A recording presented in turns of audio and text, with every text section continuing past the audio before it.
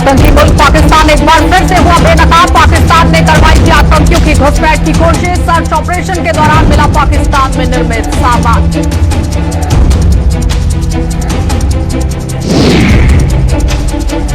भारतीय सेना की गोद में जा बसा है चिंगम गांव। सहारा मिलने पर सेना के घायल हुए स्थानीय लोग।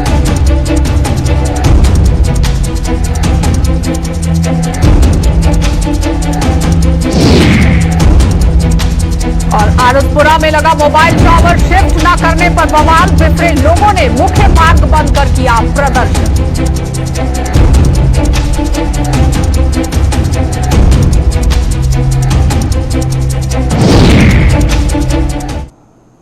नमस्कार, बुलेटिन में आपका स्वागत है। मैं हूं आपके साथ आशा सरमाल। चलिए शुरुआत करते हैं बुलेटिन की। सबसे पहले बात करेंगे पुंछ के अंदर हुई घुसपैठ को लेकर। पुंछ में एलओसी पर 2 से 3 सितंबर की मध्य रात्रि को यहां सीमा पार से हुई घुसपैठ की कोशिश पाकिस्तानी आतंकियों द्वारा ही की गई थी। भारतीय सेना को सर्च ऑपरेशन के दौरान कुछ ऐसे सबूत हाथ लगे हैं जिनमें यहां आतंकी पाकिस्तान एक बार फिर से बेनकाब होते हुए नजर आए।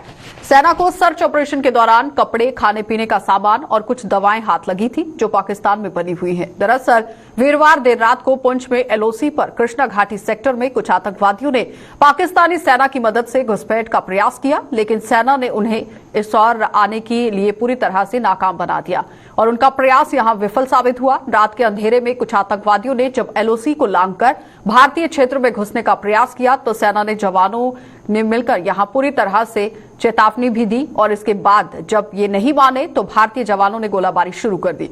गोलाबारी होते ही आतंकवादी वापस लौट गए और घुसपैठ की घटना यहां पर सुरक्षा बलों ने देर रात को देखी थी और मुकम्मल तरीके से इस पर कार्रवाई भी की गई और सर्च ऑपरेशन भी शुरू किया गया था।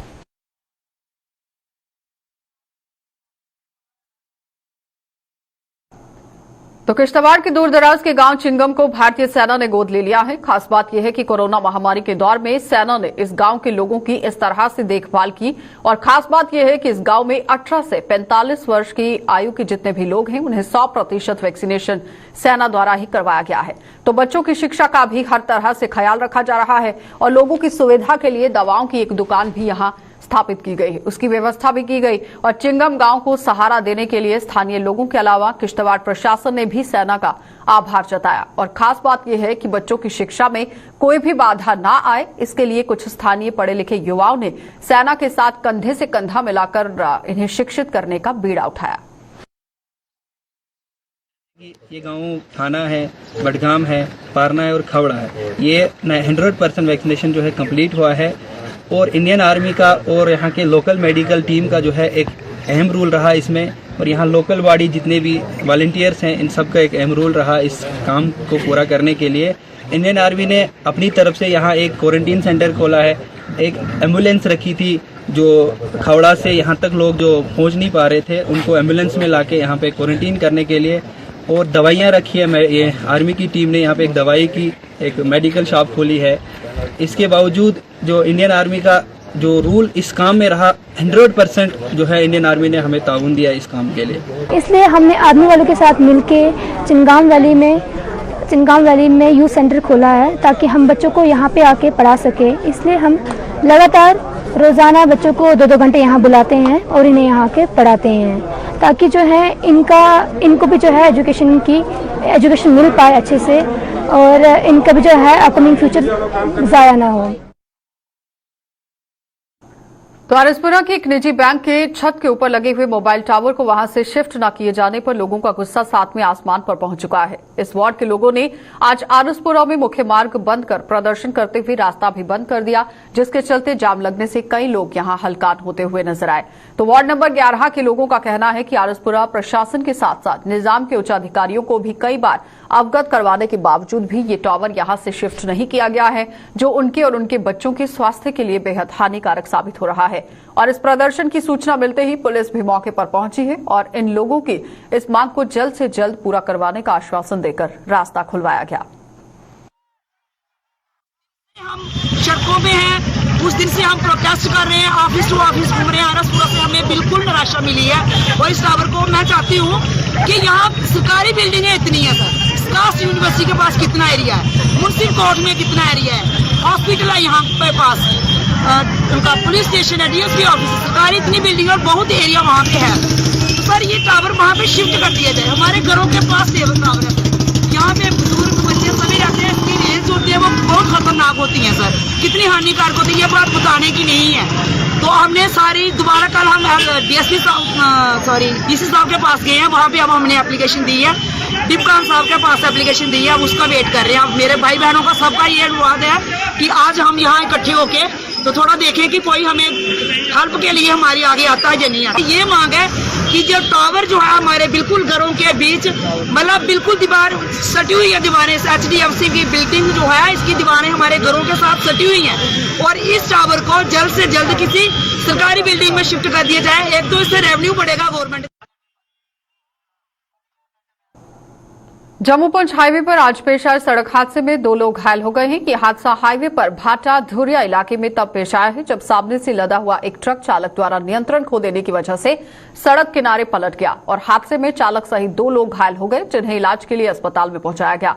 और गनीमत ये रही कि इस हादसे में कोई जानी नुकसान फिलहाल नहीं हुआ है।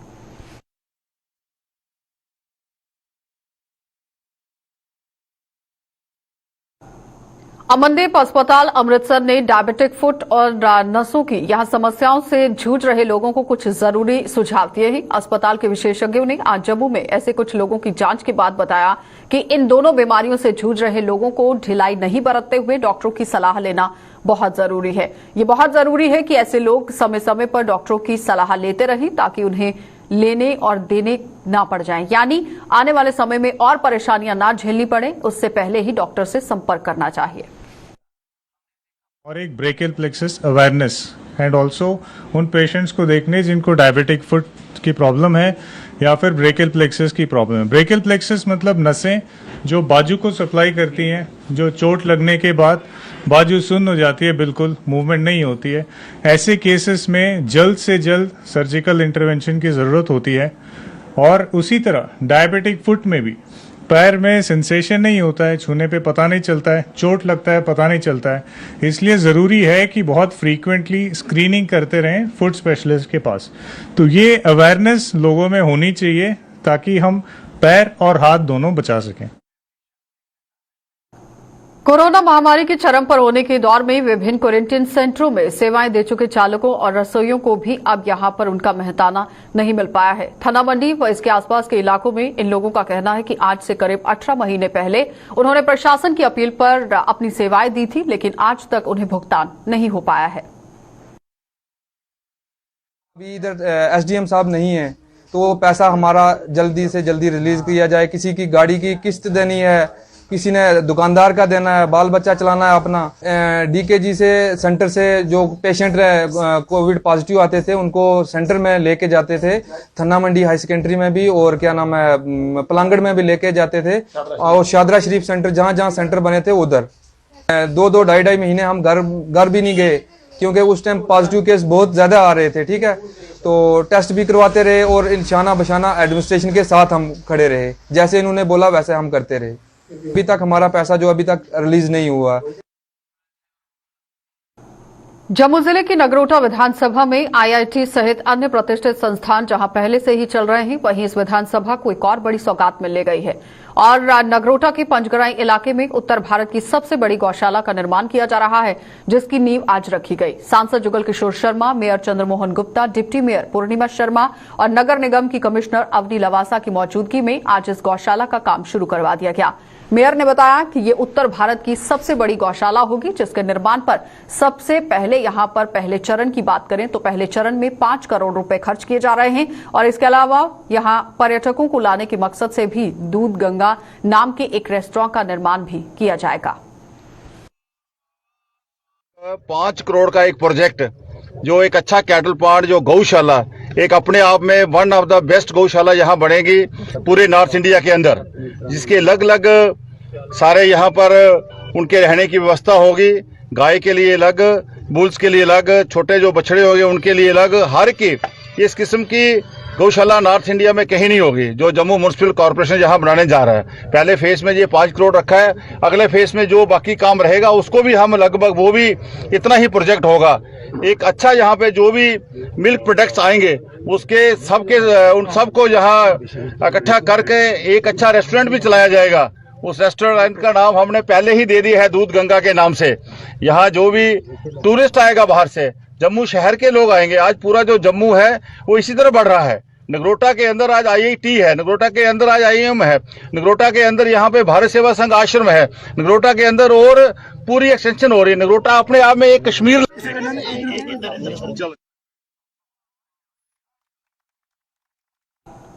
तो जम्मू को प्लास्टिक से पूरी तरह से मुक्त करने के लिए जम्मू नगर निगम में एक बड़ी मुहिम शुरू कर दी गई है। इस मुहिम में यहां बाय बाय प्लास्टिक और जम्मू अगेंस्ट प्लास्टिक का यहां पर पूरी तरह से नाम दिया गया है, यानी जम्मू अगेंस्ट प्लास्टिक के नाम से ये मुहिम शुरू की गई है, जिसे सार्थक बनाने के लिए निगम ने यहां की आवाम का सहयोग मांगा है। तो जम्मू के डिप्टी मेयर पूर्णिमा शर्मा और निगम के कमिश्नर अवनी लवासा सहित अन्य अधिकारियों की मौजूदगी में आज ये मुहिम यहां पर शुरू की गई, जिसके तहत शहर की 10 चुनिंदा जगहों पर 10 कियोस्क स्थापित करने की घोषणा हुई है और इन कियोस्क पर लोग प्लास्टिक देकर उनके बदले में निगम द्वारा तैयार करवाए गए कॉटन व जूट के थैले हासिल कर सकते हैं।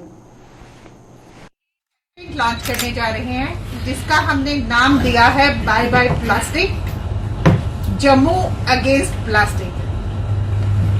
एक ही आह्वान जनता से कि इन दोनों स्लोगन्स को सार्थक करने के लिए, प्रैक्टिकली इम्प्लीमेंट करने के लिए आप हमारा सहयोग करिएगा। कॉरपोरेशन अपनी तरफ से हमारे 10 जो कियोस्क हैं वो सिटी में डेवलप करने जा रहा है, जैसे हमारे बिग बाजार्स हैं शहीदी चौक, रघुनाथ बाजार, राजेंद्र बाजार, तालाब खड़ी का, parade ground, other prominent locations of Jammu city. ये कियोस्क रहेंगे इंडेक्स के माध्यम से। वहां पे हमारे ये कॉटन जूट जो बैग्स हैं ये कॉरपोरेशन की तरफ से इंडेक्स पे रहेंगे और यही हम जनता से आह्वान करेंगे, आप प्लास्टिक ले आइएगा और उसको एक्सचेंज करिएगा इन कॉटन और जूट बैग्स के साथ। डोगरा सदर सभा ने महाराजा हरि सिंह के जन्म दिवस को सामाजिक न्याय दिवस के रूप में मनाने का फैसला लिया है। सभा की कोर ग्रुप की बैठक में इस बाबत फैसला लिया गया और सभा के प्रधान गुलचैन सिंह चाड़क ने एक प्रेस कॉन्फ्रेंस की और प्रेस कॉन्फ्रेंस के दौरान ही ऐलान किया गया। उन्होंने महाराजा हरि सिंह के व्यक्तित्व का हवाला देते हुए बताया कि महाराजा कोई आग, यहां पर ये आग नहीं, आम इंसान की बात हो रही है कि महाराजा यहां कोई आम इंसान नहीं थे। उन्होंने अपनी ताजपोशी के समय सभी धर्मों के लोगों को साथ लेकर चलने का वादा किया था और उस वादे पर वो खरा भी उतरे थे। लिहाजा उन्हें सम्मान देने के लिए इससे बेहतर कोई जरिया नहीं हो सकता है और उनके जन्म दिवस को सामाजिक न्याय दिवस के रूप में मनाया जाए। वो ये है कि डोगरा सदर सभा के अंदर एक ऐतिहासिक फैसला हुआ है कोर ग्रुप की मीटिंग में कि महाराजा हरि सिंह आम इंसान नहीं थे और उनके भाषण को जो ताजपोशी के टाइम हुआ और जो उन्होंने कमिटमेंट की उसको सामने रखते हुए उनका जन्मदिन जो है वो एक सामाजिक न्याय दिवस के तौर पर मनाना चाहिए। तो आज हम 23 सितंबर को नाम दे रहे हैं सामाजिक न्याय दिवस। ये महाराजा हरि सिंह का बर्थडे जो है उसका नाम ये होगा, ये उनको समर्पित होगा। और सबको हम अपील कर रहे हैं कि भाई उन्होंने कहा था जब उनकी ताजपोशी हुई थी कि भाई सब रिलीजन, सब जातियाँ, सब रेसें जो हैं वो मेरी हैं। इनका जो धर्म है, सबके धर्म जो किसी, चाहे हिंदू है, मुसलमान है, सिख। तो केंद्र सरकार पर देश की संपत्ति को बेचने का आरोप लगाने वाली कांग्रेस ने आज जम्मू में जोरदार प्रदर्शन किया। पूर्व मंत्री रमन भल्ला और योगेश साहनी ने प्रदर्शन की अगुवाई करते हुए आरोप लगाया कि केंद्र सरकार ने देश की आवाम को गुमराह किया है, जिसकी कांग्रेस पार्टी कड़ी निंदा करती है। भल्ला ने दिन ब दिन बढ़ रही महंगाई का भी हवाला देते हुए कहा कि सरकार आम आदमी की कमर तोड़ने में भी गुरेज नहीं कर रही। बगैर किसी को स्टेक होल्डर को किसी को कॉन्फिडेंस नहीं लिया, कोई ट्रेड यूनियन को कॉन्फिडेंस नहीं लिया, उनके एम्प्लॉयमेंट का चाहे यहाँ पे होगा और जिस तरह से ये सिलसिला यहाँ पे जारी किया, ये जन विरोधी नीतियों में यहाँ पे आता है। मैं समझता हूँ बहुत बड़ा धोखा यहाँ पे, ब्लंडर यहाँ पे किया, ये ऐतिहासिक ब्लंडर है, इसको कभी हिंदुस्तान की जनता माफ यहाँ पे नहीं करेगी। और मैं समझता हूँ कि जिस ढंग से महंगाई की मार 8 महीने में 67 बार पेट्रोल और डीजल की कीमतों में बढ़ोतरी होना और 2 महीनों में गैस की कीमतों में बढ़ोतरी होना, ये आम लोगों की कमर तोड़ के यहाँ पे रख दी। लोगों का चूल्हा जलाना मुश्किल हो गया। जो चाय गैस या बाकी दुकानों पे यहाँ बिकती थी, कमर्शियल सिलेंडर को भी महंगा करते हुए आज वो लोग मजबूर है कि कोयले से ही वो चाय बना के बेचेंगे। गैस सिलेंडर उज्ज्वल स्कीम की धज्जियां उड़ा दी है सरकार ने। ये जन विरोधी नीति है, उसका विरोध करने के लिए कांग्रेस की लीडरशिप, अर्बन सानी साहब की लीडरशिप में ये रोष प्रदर्शन है और ये हमारा कार्यक्रम जारी रहेगा जब तक वे इसमें कीमतों में कमी ना आए। तो भारतीय जनता पार्टी देश के अन्य राज्यों के साथ साथ जम्मू कश्मीर में भी अपना यहां बड़े स्तर पर विस्तार कर रही है और इसी कड़ी में आज जम्मू में दवाओं के साथ साथ यहां एक जाने माने कारोबारी दानिश मिश्रा को उनकी कुछ और अन्य साथी भी यहां भाजपा परिवार में शामिल हो गए और भाजपा की जम्मू स्थित मुख्यालय में आयोजित एक कार्यक्रम के दौरान उन्होंने पार्टी के प्रदेश अध्यक्ष रविंदर रैना की मौजूदगी में भाजपा का दामन थामा, जिनका संगठन में जोरदार तरीके से स्वागत किया गया। बात की हमें बेहद खुशी है कि दानिश मिश्रा जी जैसे नौजवान व्यवसायी कारोबारी अपने असंख्य साथियों के साथ आज इन्होंने भारतीय जनता पार्टी का दामन थामा है। मैं आज के इस दिन श्री दानिश मिश्रा जी को और इनके सभी साथियों को भारतीय जनता पार्टी में शामिल होने पर मैं हृदय की गहराई से इन्हें बधाई देता हूं। विदेश से भी बच्चों की दीर्घायु के लिए आज जम्मू संभाग में यहां बछदुआ का पर्व मनाया गया और बच्चों की लंबी आयु और उनके कुशल मंगल के लिए महिलाओं ने जल स्रोतों पर पूजा अर्चना कर सदियों से चली आ रही इस विधि विधान की जो परंपरा है उसे निभाया। तो जम्मू के जल स्रोतों के किनारे आज जहां सदियों से चली आ रही इस परंपरा को निभाया गया, वहीं अखनूर के जियो पोता घाट पर भी आज महिलाओं ने ये पर्व धार्मिक हर्षोल्लास के साथ मनाया। महिलाओं ने बताया कि ये त्योहार विशेष महत्व रखता है और इस पर्व पर विधि विधान के साथ पूजा अर्चना भी की जाती है और व्रत भी रखा जाता है। पर बच्चे देवते नहीं बच्चे नहीं भला बच्चे मनोकामना पूरी हो साड़ी भी हो बनाई बर्त रखते हैं, रोट बनाते हैं, चने ग्रुपा पूजते फिर बछदुआए पूजते हैं। इस कारण ये पूजा जो है खास तौर पे अपने बच्चों की तंदुरुस्ती के लिए, लंबी उम्र के लिए की जाती है और इस पूजा का कहीं ना कहीं से हमारी जो संस्कृति जो डोगरों की संस्कृति है वहीं से जुड़ी हुई है। तो हमारे जो ये जो हमारे देवताओं का स्थान होता है वहाँ पे जो प्रोत होते हैं हमारे, वो आके इसको पूछते हैं और सभी इससे मंगल कामना जो है अपने परिवार के खुशी बच्चे जो होते हैं आटों के साथ उनकी शेप बनाई जाती है। तो कट्टे बच्चों को ये स्पेशली पूछा जाता है कि कट्टे बच्चे, जैसे कट्टे बच्चे माँ के लिए प्यारे होते हैं वैसे ही बच्चे अपने माँ बाप के लिए प्यारे हैं इंसान के लिए, तो उनको पूछा जाता है कि ये सब खुशहाली हम बच्चों के लिए रहे।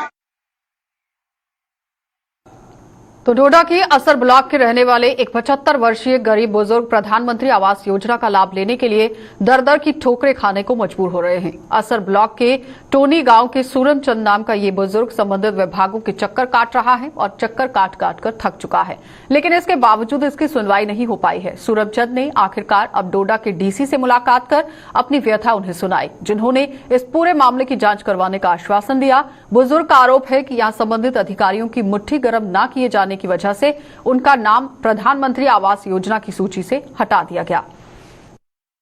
योजना की तरफ से 3 मंजिल वाले को मकान मिल रहे हैं, हाँ। 4 मंजिल वाले को जिन्होंने पक्के बनाया, टीन लाया, उनको गरीब को हम गरीब है, सबसे गरीब है, हमको नहीं है। इस इलाके में जब मैं गया तो इनकी आवाज निकली कि हमारा पास पैसा नहीं बना और इनके मकान को लीड मारा गया। जब मैंने डॉक्यूमेंट निकाले उस मकान के तो उसमें लिखा गया कि नॉट फाउंड, ये वहाँ रहते नहीं है, जबकि इन्होंने अपनी 5 बेटियों की शादी उस घर से दी हुई है। एक ही घर है सर जिसमें ये इनका माल बच्चा खुद का गुजर इनसे वहीं से होता है। एक छोटा सा इनका लड़का है सर, बल्कि इनकी जो घरवाली है हमारी माता जी, उनकी भी टांग टूटी हुई है और इन बुजुर्गों के 4 ऑपरेशन हुए हैं सर। इनके पास पूरी मेडिकल कॉलेज की फाइल बनी हुई है और उस पैसा 10,000 न होने के कारण इनका मकान काट दिया गया। उसके बाद ये चले जाते हैं एसडीएम असर के पास। एसडीएम साहब ने लिखा बीडीओ साहब को, ये कापी है सर, वो भी यहाँ पे लगाई हुई हमने, और बीडीओ साहब ने कुछ भी इन पे कोई भी इंक्वायरी वो एक्शन नहीं लिया। तो उसके बाद सर मैं आज इनको लेके यहाँ डी साहब के पास आए थे हम। डी साहब ने आश्वासन दिया हुआ है कि 10 दिन के अंदर से इंक्वायरी को किया जाएगा और जो कसूरवार पाया जाएगा बेंच होगा तो उसकी पावर सीज होगी। अगर ब्लॉक का जेआरएस से सेक्रेटरी तो उसको सस्पेंड किया जाएगा। तो भारतीय जनता पार्टी के जम्मू वेस्ट कार्यालय में हफ्ते में 2 दिन लगाए जाने वाले पब्लिक दरबार के तहत आज वहां कई शिष्टमंडलों की समस्याएं सुनी गई। इनमें से कुछ का निवारण मौके पर ही कर दिया गया, जबकि अन्य को संबंधित विभागों के पास भेजा गया। जम्मू वेस्ट के पूर्व विधायक सत शर्मा की अगुवाई में इस पब्लिक दरबार का आयोजन किया गया था। लोगों की दुख तकलीफें, किसी किस्म की प्रॉब्लम है। आज सुबह एक वीरपुर इंडस्ट्रियल एसोसिएशन की तरफ से एक रिप्रेजेंटेशन आई थी पावर की समस्या को लेकर। ऑनरेबल एमडी साहब से हमने बात की है इस विषय को लेकर, और आज सुबह से ही खासतौर पर इस समय में बरसात के दिनों में या बरसात के थोड़े बाद बिजली की काफ़ी समस्या रहती है। उसी का समाधान करने हेतु चीफ इंजीनियर साहब से भी, कंसर्न्ड एक्सीएन साहब से भी मैंने बात की है। जहाँ कहीं समस्या हो उसका निवारण करना, उसको दूर करना भारतीय जनता पार्टी का प्रयास है।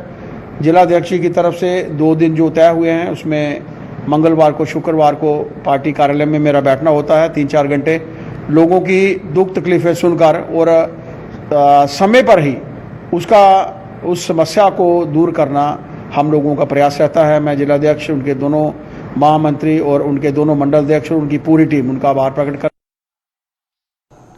तो जम्मू कश्मीर में विपक्ष भले ही यहां की आवाम को धोखे में रखने का आरोप लगाते हुए केंद्र सरकार पर विफर रहा है, लेकिन हकीकत क्या है इसका जवाब केंद्रीय गृह मंत्री अमित शाह ने विपक्ष को दे दिया है। जम्मू कश्मीर को केंद्र शासित प्रदेश यहां पर बनाया गया और केंद्र की मौजूदा सरकार ने क्या क्या सौगातें दी हैं, गृह मंत्री ने इसका विस्तार से विवरण दिया। चलिए आपको बता देते हैं कि जम्मू कश्मीर की इन सौगातों के बारे में गृह मंत्री अमित शाह की जुबानी क्या कुछ थी, देखिए। मात्र राज्य ऐसा है जहां पर एक भी व्यक्ति ऐसा नहीं जी है जिसे प्रधानमंत्री आयुष्मान भारत योजना का लाभ नहीं मिला है। जम्मू कश्मीर का कोई भी व्यक्ति हो, वो सेहत स्कीम के तहत प्रधानमंत्री आयुष्मान भारत योजना का लाभ ले सकता है। हेल्थ क्षेत्र में कितना बड़ा अपॉर्चुनिटी है, क्योंकि हर परिवार के पास 5 लाख रुपए का पेइंग कैपेसिटी सरकार ने ही जनरेट कर दिया है। 5 लाख रुपए हर परिवार का, और लगभग 94,990 लोग आज तक इसका फायदा ले चुके हैं और उनका पेमेंट भी हो चुका है।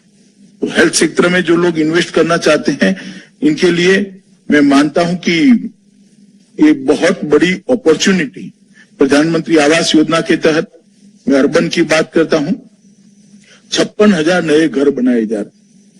कोई कल्पना ही नहीं कर सकता कि जम्मू कश्मीर जैसे कम अर्बन एरिया वाले इस राज्य के अंदर 56,000 नए घर गरीबों के लिए बनाए जाए, उसमें से 10,500 घर बनाकर उनको दे दिए गए।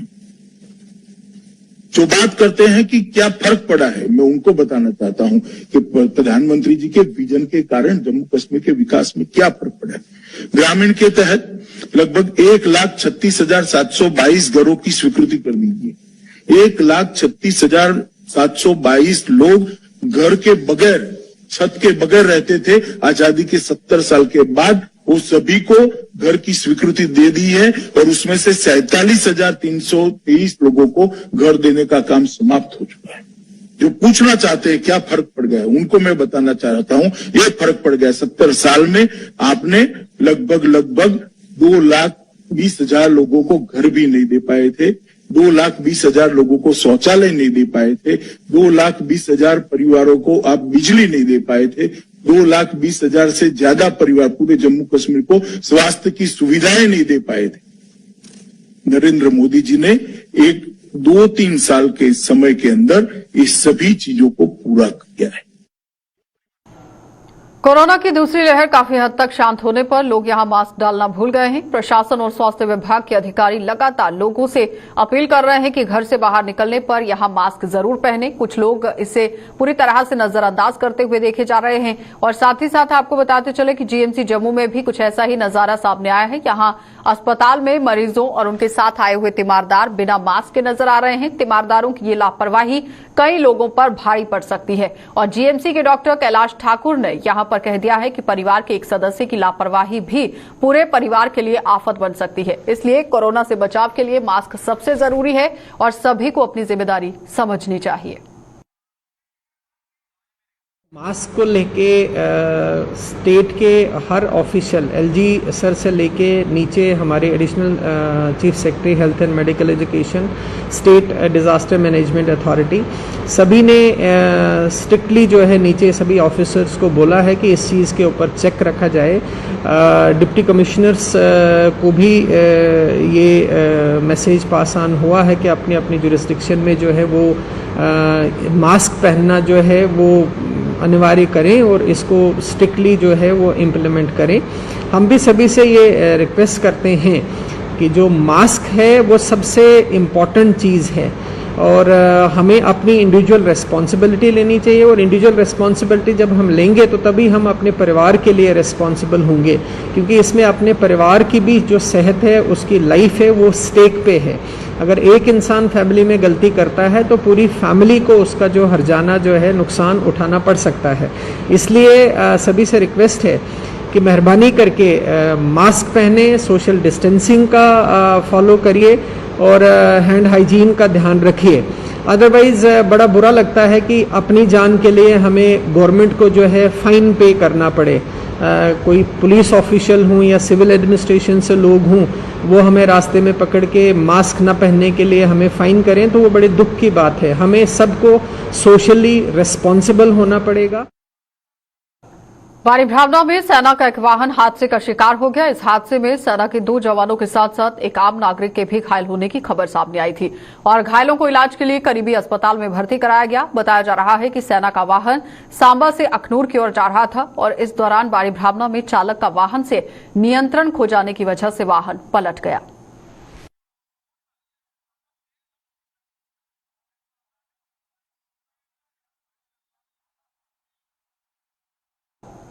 चलिए, बुलेटिन में फिलहाल इतना ही। देश और दुनिया की खबरों के लिए आप बने रहिए हमारे साथ।